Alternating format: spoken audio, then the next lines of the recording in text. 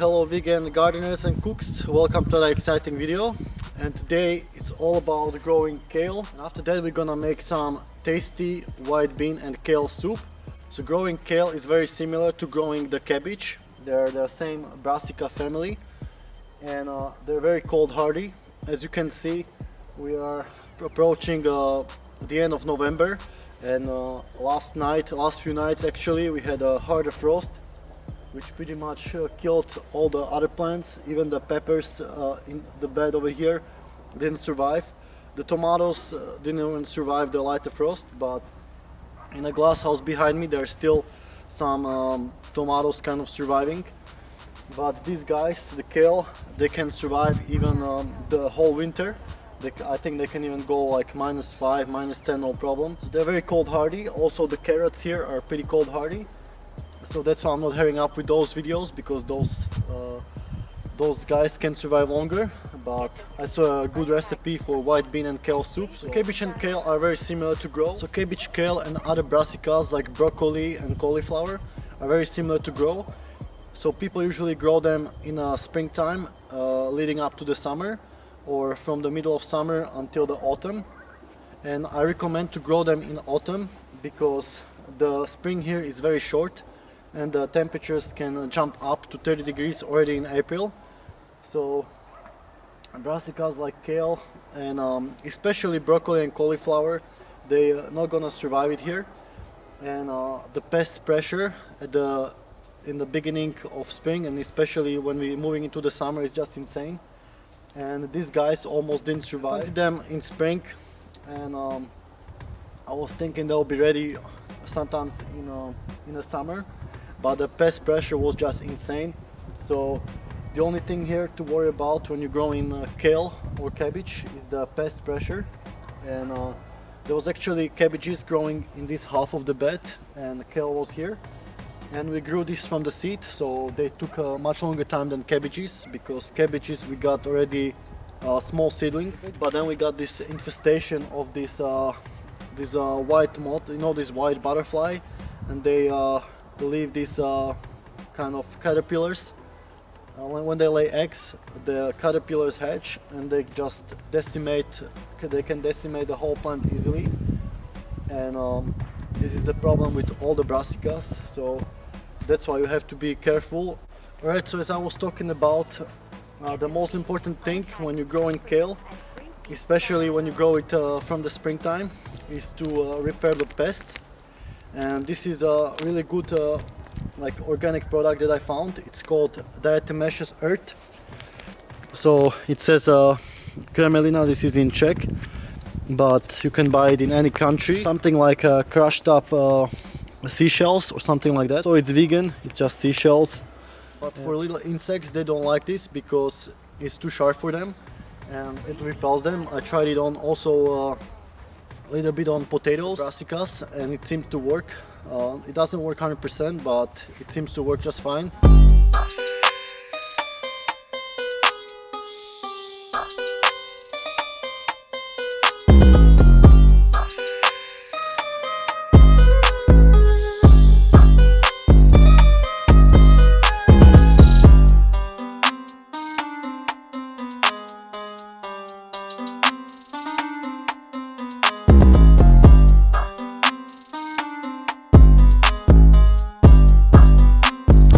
Alright, so here you can see some kale heads didn't make it to the full size, even though we are growing them from spring.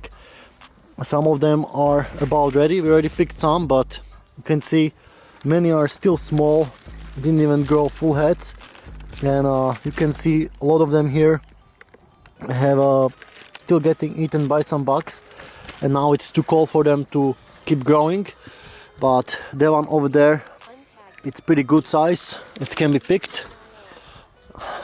But some of them you can see over here, so maybe they're planted too close together, they don't have space to grow.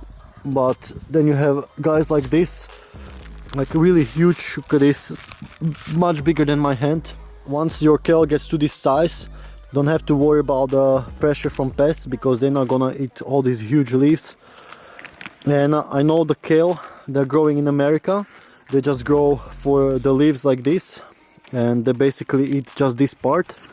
But in Europe it's more popular to grow kale with the head like a cabbage, and you basically use it as a cabbage or kale for recipes. You can't really find a leaf kale in Europe in the stores, but in America it's popular. I think it's called a dinosaur kale and other kales that can also survive winter. But here I couldn't find the seeds for them.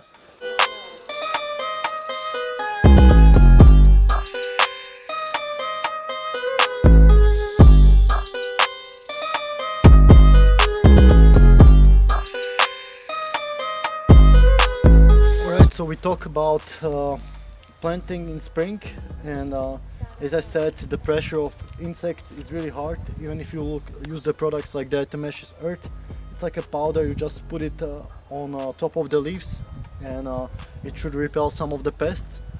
But sometimes the pressure is just too much, and you can see these guys been growing for since spring, and only this one is a full size and all the rest are not.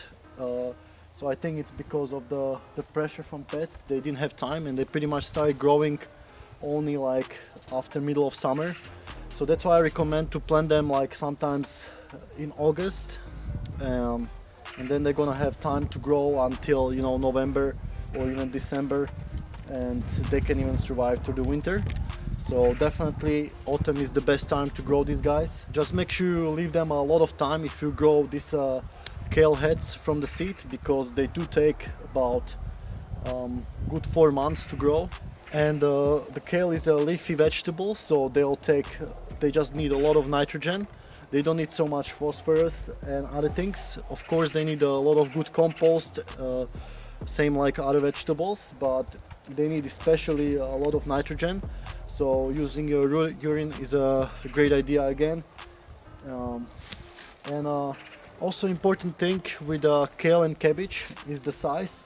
So you can see the size of this kale is just like, diameter could be like almost 1.5 meters. So you can see maybe that's some of these guys didn't make it fully because they didn't have enough place. And you know, when one of these guys start growing huge leaves, you're either gonna cut the leaves of this one or you're gonna prevent other ones to grow fully. So just know that you need about 1.5 meters diameter if you want a fully sized kale.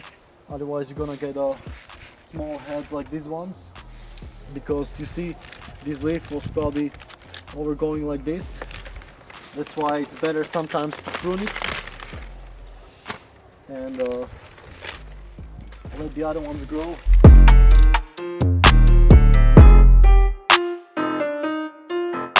But otherwise it's a great vegetable to grow. You know, you can use them in a lot of soups, even stir fries, and they don't take that much to cook. And also they don't take a lot of your time to take care of them. They grow the leaves everywhere, so there are literally no weeds growing here. Really low maintenance vegetable, and I highly recommend to grow kale. Maybe for next year we're gonna try some other kind like dinosaur kale. And yeah, the best thing is that it's a really cold hardy vegetable. I think the most cold hardy from all the vegetables. We'll see if I'll leave some of this to grow, and we'll see if they can survive until spring. So now let's go to the kitchen and make the white bean and kale soup. Alright guys, welcome back to the kitchen, and today's recipe is gonna be a white bean and the kale soup that we picked earlier today. So let's get started. Alright, so first we're gonna peel and chop 2 medium-sized onions and about 6 cloves of garlic.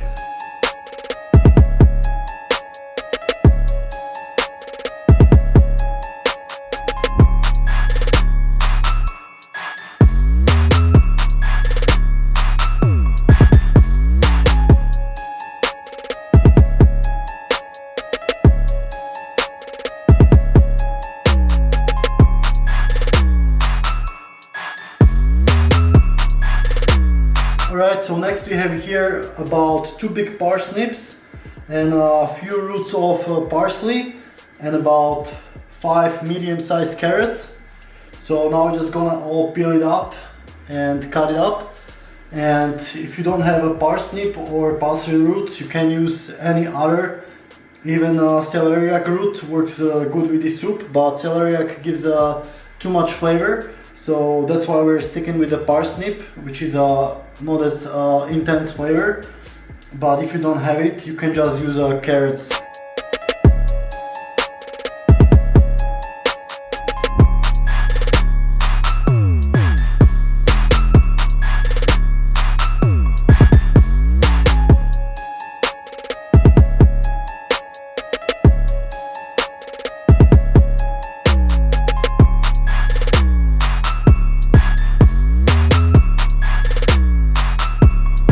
Guys, so now we have here the carrots, onions, garlic and the parsley root and also the parsnip, and now we're just gonna turn the heat on medium high and start stirring it together for about 5 minutes without any water.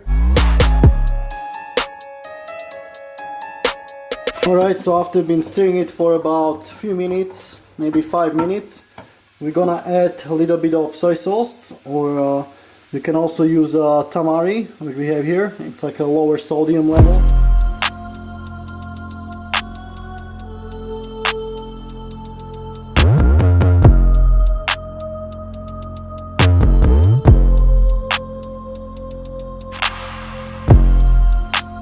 Alright, and now we're gonna add our spices. So we always start with black pepper.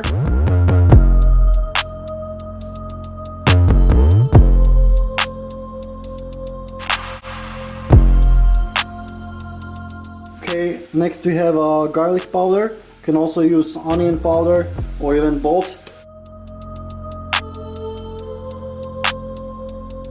Remember, keep stirring it always. Next we have some rosemary.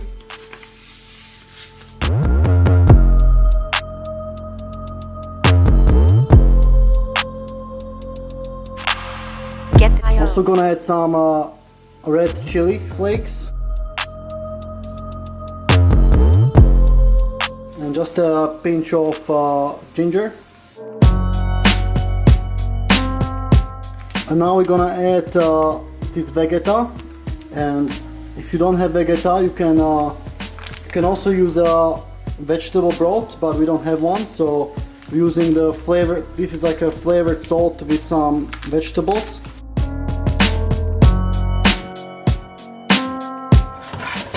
Alright, now you can see the vegetables are starting to stick to the bottom, so now we're gonna put enough water just to cover them up.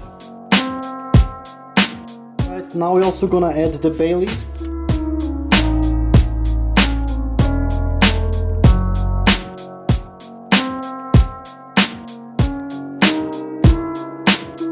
Alright, so while our vegetables are cooking there, we're gonna peel and chop about 5 medium-sized potatoes.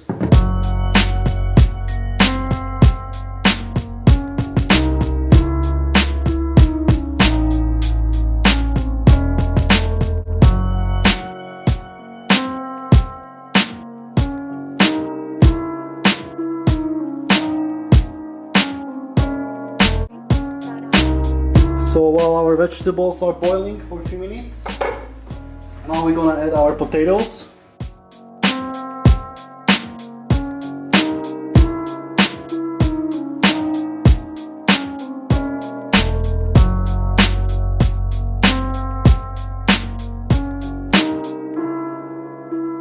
Right, at this time we can also add our fresh basil and parsley that we chopped up. And don't add too much, especially the parsley, because it will make the soup kind of bitter and overrun the flavor.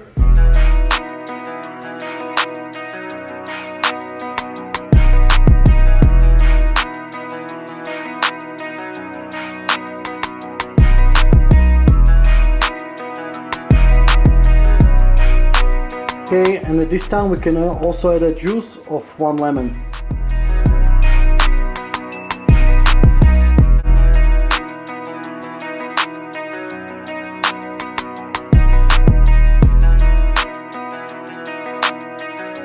If you're making a smaller soup, maybe half a lemon is enough, but we're making a bigger soup, and lemon juice also brings up the saltiness, so you don't have to use as much salt. Just make sure you put the seeds out.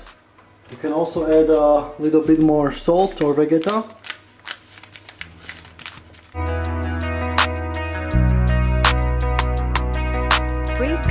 Okay, so while our potatoes and vegetables are boiling, we're gonna pretty much prepare our main ingredients, which is a kale and white beans. So with white beans, I already cooked them. You can also use canned beans. So this would be maybe, I don't know, 2-3 can of beans. And you don't have to rinse them, but it's always better and cheaper to cook your beans, the dried beans, because you can save money and also environment with the cans. I soak these beans in the water for half a day, or I think about 6 hours, but the best is I think 12 hours to soak them.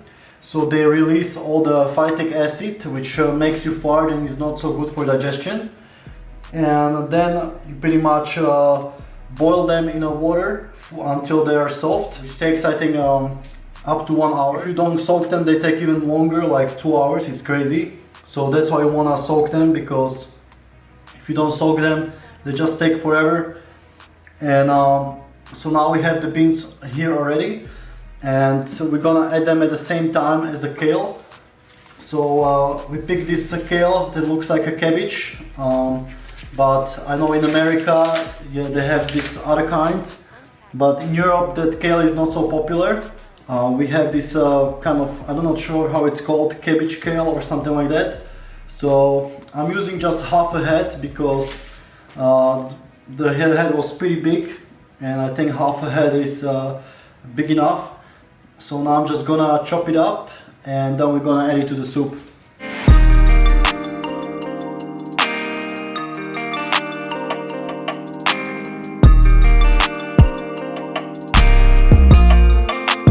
So you want to remove these hard bits in the middle, same like with a cabbage, because that's too hard to digest.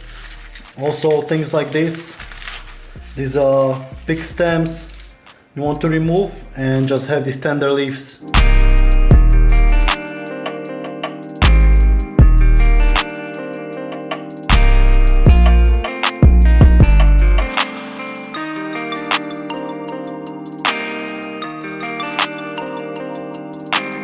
Get this. So as you can see, it's a lot of kale, but when you put it in a soup, it's gonna get much smaller.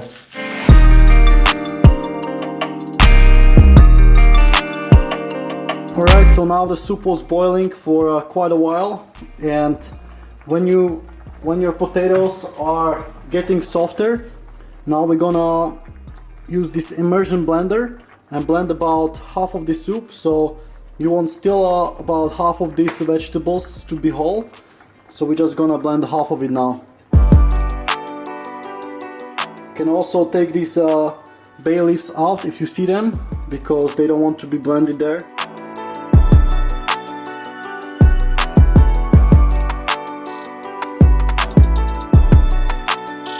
Okay, that's about it. So now you see it's a pretty thick consistency, and that's a pretty good trick if you want to make your soup thicker without using flour. But some people also use flour to make it thick. But we have a lot of potatoes and stuff, so it's a pretty good technique. Right now we can add our kale here.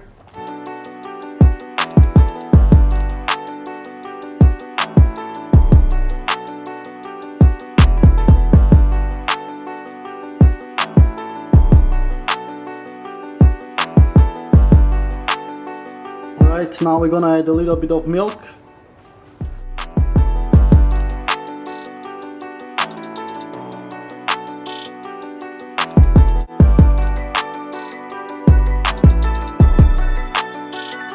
Also gonna add a little bit of water. Okay, now we're gonna let it boil for about 10 minutes. And if you want your soup to be even more creamier, you can blend it like we did here, or if you like it to be more chunky with a lot of kale, you can just leave it like that.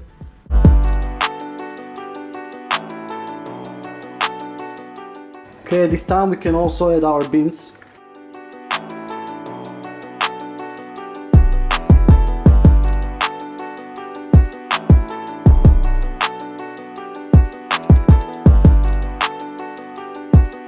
As you see, this is gonna be pretty thick soup.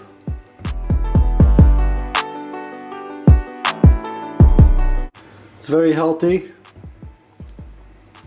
A lot of beans in here. Can add a little bit more water. Okay, you can see it's a lot of goodness here. And at this time you also want to taste your soup.